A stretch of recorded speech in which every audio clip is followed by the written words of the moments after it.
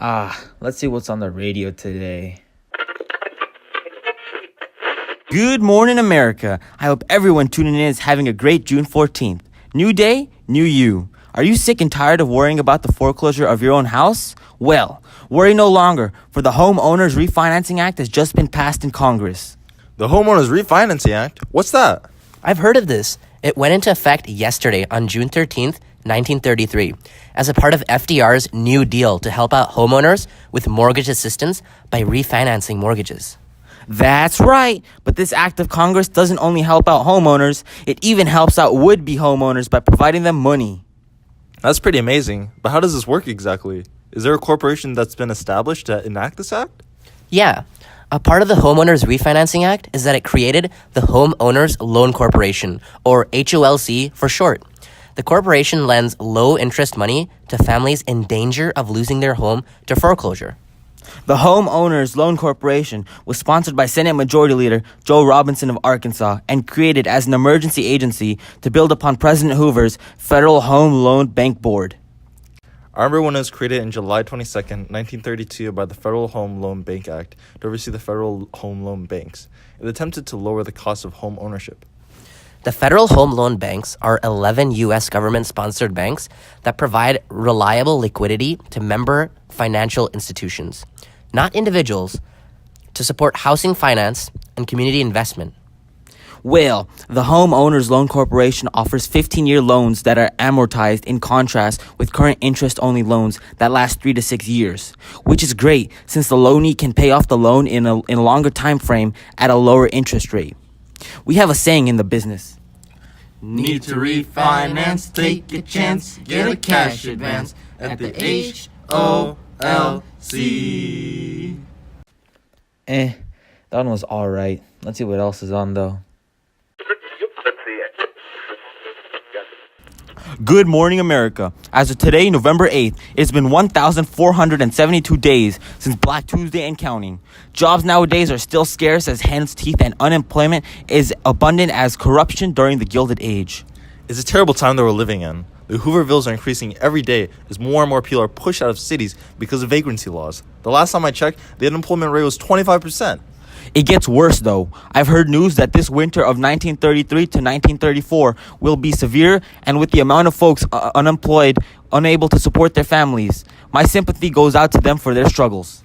Guys, did you hear the great news? What happened? President FDR just unveiled another great New Deal act called the Civil Works Administration under the Federal Emergency Relief Administration. Under the Federal Emergency Relief Administration, the same administration in which the federal government gave loans to states to operate relief programs?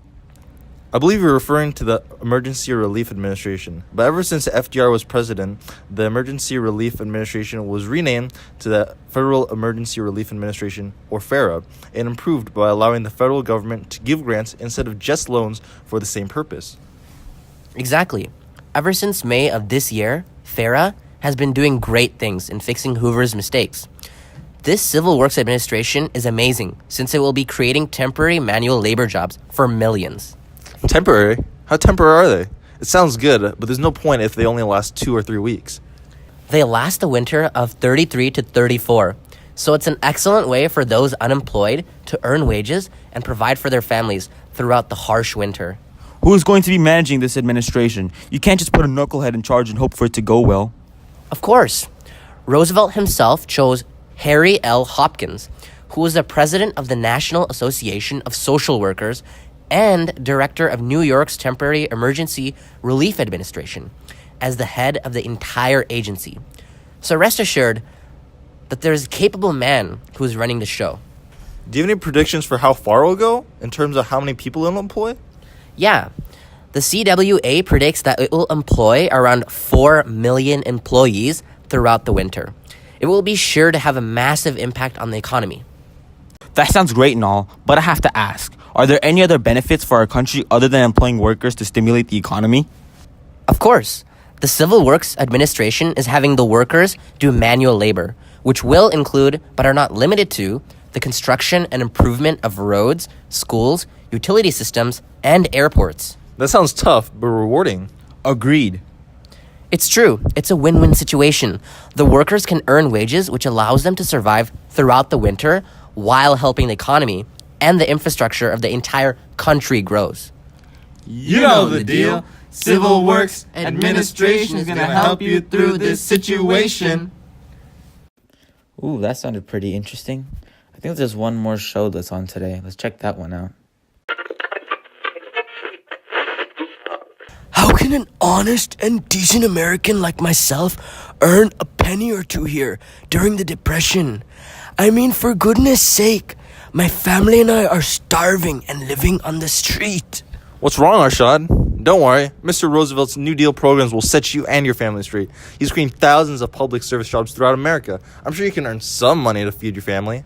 That's the problem. I can't work. I'm 60 years old, for crying out loud.